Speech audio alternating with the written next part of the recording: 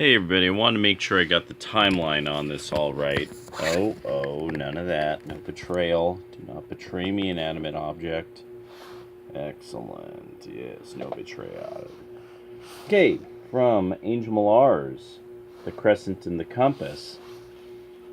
I just found that most of his research lined up with everything I found. There's a lot of black Freemasons that are perfectly decent fellows, and a lot of the vast majority of them that I found are Christians. But some are also from a very specific Shia Muslim community. And this community, Malcolm X, in the autobiography of Malcolm X, he talks about running into them. And that these people, or maybe it was an interview with his daughter, but it was basically that these were two communities that knew nothing about each other. That these Shia Muslim black people knew nothing about the Nation of Islam. There wouldn't have been a way of knowing at the time that it was growing. I mean, there just wasn't mass communications like that. So, Crescent the Compass. So from the chapter, I think it's from Moorish Science to the Nation of Islam. Want to actually just go straight to this one part about it. Okay. Despite claiming that his organization practiced the Islamic faith of the ancient Moors, Noble Drew Ali derived inspiration from a range of sources for the holy book of Moorish science, the Circle 7 Quran, or, to give the book its full title, The Holy Quran of the Moorish Holy Temple of Science 7, Know Yourself and Your Father God Allah, that you learn to love instead of hate, period.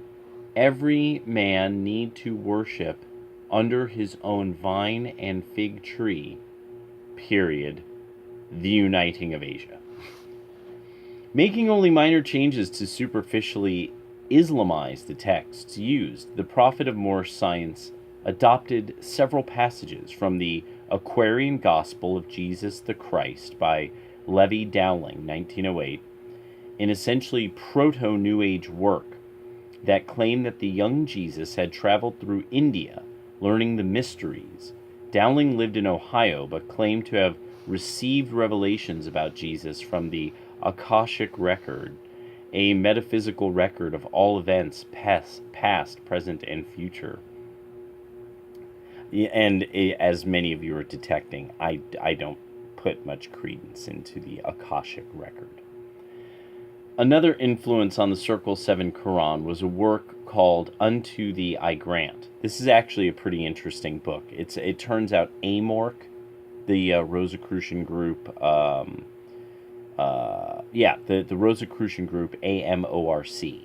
This apparently was a book widely disseminated by them at one time, but is no longer. Or at least I've gotten the understanding it is no longer. This book was ultimately derived from The Economy of Human Life, a guide to manners published in Britain in 1750. I'm figuring it's because people did their research and found that out.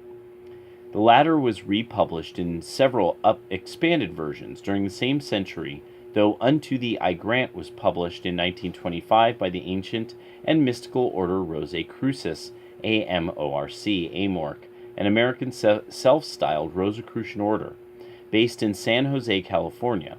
Amorc, says Mitch Horowitz, billed it as the secret teachings of Tibet, though the ultimate source of the text was claimed to be Pharaoh Amenhotep IV, who is believed to have authored it somewhere between 1360 and 1350 BC.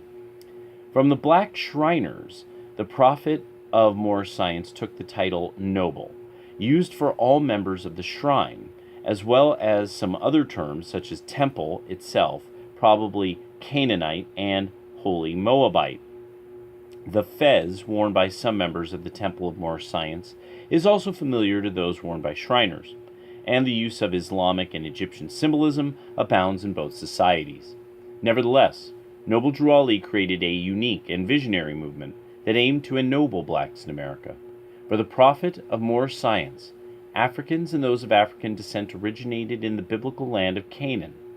Despite being dispersed across America and elsewhere in the world, they constituted the nation of Canaanites, or more specifically, Moabites. On entering Moorish science, members took one of two free national names, El or Bey, B-E-Y.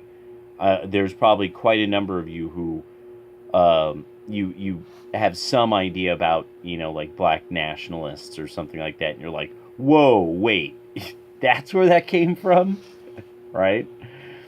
Now, where translating your name into English, so your name is Born Supreme, or Justice Supreme, or things like that, Supreme Justice, Justice Allah, things like, there's names like this. Like, really, there's people who, this is their name. That's what people call them. And it turns out that it's that their names are something that, yes, in Arabic, this sounds like a name. So they just translated it. And so now that I've mostly seen through 5%. And that's mostly from just the old days, like, in 1989 through, the 93 rap period, and all those periods, Red, Black, and Green, Gang Starr, X-Clan, Poor Righteous Teachers,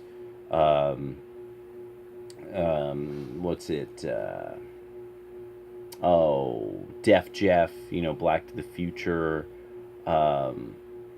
yeah, and so it's a lot of Paris, Black Panther of hip hop, all the that it was really the East Coasters who were bringing that business, the 5% stuff, and nobody knew really what that was, and it was Wu-Tang was the one who really, that like it just hit like like an asteroid. Then people were trying so hard to be Wu-Tang, and even in San Francisco, California, niggas was trying to be Wu-Tang with North Face on in a city that never goes below the 55 degrees. It was hilarious.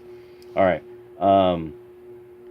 Noble Drew Ali's vision and the organization formed around it would influence emerging black nationalist leaders, the most important of which was almost certainly W.D. Fard Muhammad, the founder of the lost and found Nation of Islam. Shrouded in mystery beyond a few details, the life of W.D. Fard Muhammad is still a matter of debate. Although the founder of the nation presented himself as a native of the city of Mecca in Saudi Arabia, one of the two holy cities of Islam, the nationality and ethnicity of W.D. Fard Muhammad is still disputed. It is certain that he was born outside of the USA, and there is some suggestion that the nation's founder was of East Indian extraction with family ties to the region that is now Pakistan, and that his family had been of the Ahmadiyya sect. Another possibility is that the nation's founder was a member of the Druze, the Gnostic religion centered in Syria, influenced especially by Islam, but also by Judaism, Christianity, and ancient Greek philosophy. Certainly, the nation's teachings differ from Orthodox Sunni Islam in significant ways, though they are similar in some respects to other historically related belief systems, not least of all to the Druze and Ismailis. Notably, according to the nation, creation emerged through several emanations, reminiscent of Shiite esotericism. According to the nation, following the emanation of the cosmic intellect, or black intellect, was the appearance of a divine council of imams, or scientists. The mythology of the nation also drew from outside of Islam, not only from Moorish science, but also possibly from theosophy, the highly elaborate esoteric doctrine created by Mademoiselle Blavatsky, or Madame Blavatsky, as we have noted. Madame Blavatsky, Mademoiselle. Madame Blavatsky. As we noted, its doctrines appealed to a broad audience, from the underground, though often Masonic-linked, occult scene of Great Britain to campaigners for an independent India and pan-German nationalists and anti-Semites. W.D. Fard Muhammad had been a member of the Theosophical Society in San Francisco. I forgot about that. The Moore Science Temple in Chicago, and Garvey's UNIACL. Theosophy, based partly on Hindu philosophy, posited that time was cyclical. Arising in each epoch, according to Blavatsky, was a particular spiritual type, the highest of which for the current age was the Aryan, though this was intended to be understood in a symbolic or esoteric rather than a literal or racialist sense. For the nation, however, blacks were the superior. Whites, according to nation doctrine, had been created by the evil scientist Mr. Yaqub at a time of discontent among the black nation. In events foretold by the wise imams, Yaqub was born in the city of Mecca. He had a large head and an extraordinary ability for learning, starting school at the age of 4 and graduating from all of the city's universities at the age of 18. At the time he began preaching in the streets, attracting a large following. He also started to study the germ of the black man under the microscope, this is in quotes, and discovered that it contained 2 people, one black and one brown. Separating the two, Yaqub was able to breed the white race into existence. I always fucking forget this part from reading the autobiography of Malcolm X 3 times. Yes, I read it 3 times. There's a very good reason for this. We have the same birthday. It was in Detroit during the 1930s that the lost and found Nation of Islam got its start. W.D. Fard Muhammad was selling various wares such as silks door to door in the city. Women of African descent were keen to see what was for sale, and W.D. Fard Muhammad would talk to them about the lives of people in their homelands, describing, for example, what they would eat and how this helped them to live long, healthy lives. Soon, W.D. Fard Muhammad began talking about Islam, which he claimed was the true religion of Africans, and about Arabic, which he claimed was their original language. Africans had been robbed of their heritage, he explained, when they had been taken on board the slave ships to America. W.D. Fard Muhammad attracted a modest following, though his teachings would gain a wider audience through the proselytizing efforts of his disciple and early leader of the Nation of Islam, Elijah Muhammad. With Freemasonry long an influence on black nationalism, it is unsurprising that some of the early converts to the nation were members of the fraternity. Both had esoteric teachings and symbols and sought to elevate their members. With black Freemasonry, since Prince Hall and the nation, presenting black history to African Americans as one of achievement, high culture, and spirituality. Some of the nation's leaders even actively recruited Freemasons, referencing the latter's symbolism and adopting its language, but this was, to some degree, inevitable. Through its rituals and regalia, black Shriners were enmeshed in unorthodox Islamic symbolism and rhetoric, and some may have believed that the society had derived from the Prophet Muhammad itself, a claim, of course, made in the September 1958 issue of Ebony magazine. If so, a number of black Freemasons may already have considered themselves to be, to some extent, Muslims, certainly so if they were devotees of Moorish science as well. Black Freemasons who joined the nation probably frequently viewed it as the completion of the esoteric doctrines of Freemasonry or the Black Shriners. The Honorable Elijah Muhammad had himself been a Freemason before accepting the teachings of W.D. Fard Muhammad, and though he would inveigh against the Masonic fraternity in 1972, he appealed to Freemasons, saying, You that have studied degrees in Masonry should not hesitate to come over to the Nation of Islam, because we give you more than what the devil has given you, the devil being whites. The brothers, Fruit of Islam, FOI, are men who have learned more about Masonry than you. On the death of Elijah Muhammad in 1975, his son Wallace D. inherited the leadership of the organization. He reformed its doctrines, bringing it into conformity with mainstream Sunni Islam and dropping black nationalism.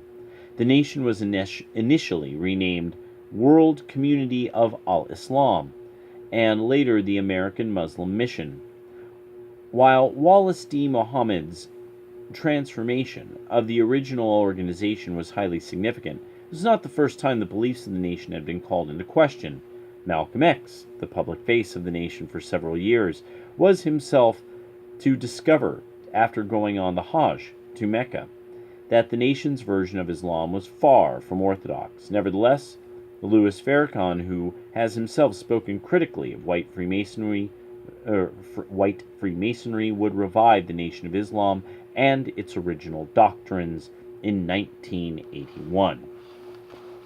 All right, boom. There we go. Angel Millar did a fantastic book on this. Now, he also has another book I have not purchased, and it just simply was, I fell behind on purchasing it. I really should look it up again and grab a copy if he's not only selling them himself, which I thought he was, possibly, which is something like Freemasonry. It's like the history of Western esotericism, if I remember correctly. And I've heard it's very good. One of my friends bought a copy. He likes it very much. Another book I highly recommend is a book called Lords of the Left-Hand Path by Stephen E. Flowers, PhD. It's a very, very good book on fundamentally unorthodox practices. And it's hard to explain how well he put this together. I would suggest if you, before you go purchasing any of these, Angel Millar, I know has been interviewed, but it is Stephen E. Flowers was on Red Ice, and actually his interview on Red Ice is really good. But yeah, so there we go. And so this was also in response. One question was about the Nation of Islam. If I knew anything more. Then there was somebody who was talking about the founder, like laughing, like, oh yeah, Louis Farrakhan founded it, and it's like, no, Farrakhan didn't found it. You know, it was W.D. Fard. You know, and I thought I had said that when the first time, but hey, whatever. But I remember definitely one of the more interesting things. If you ever look up W.D. Fard, the photos of him are very fuzzy. But the ones that it's like, when you look up like Elijah Muhammad, you know, that you're like, yeah, this is totally a black dude. This guy's super black, you know, and it's like, and I mean, when you're on, especially the East Coast and the Midwest, you see people like this, these very, very, very high yellow blacks. But it was just telling. Malcolm X and him, and then if you look at, you know, Farrakhan, you know, these are not exactly some Otis Redding looking brothers, you know, these are not like some Paul Robeson black motherfuckers, you know, it's like this is not somebody who this is not somebody as black as Garvey, let's say, you know. I think it's just kind of funny how some groups like that come up, because this is also, there was somebody else, famous type like that who it's not coming to me. They were similar to that, real yellow, and you're like, boy, you sure are angry for being so yellow. But I don't know. All right, late.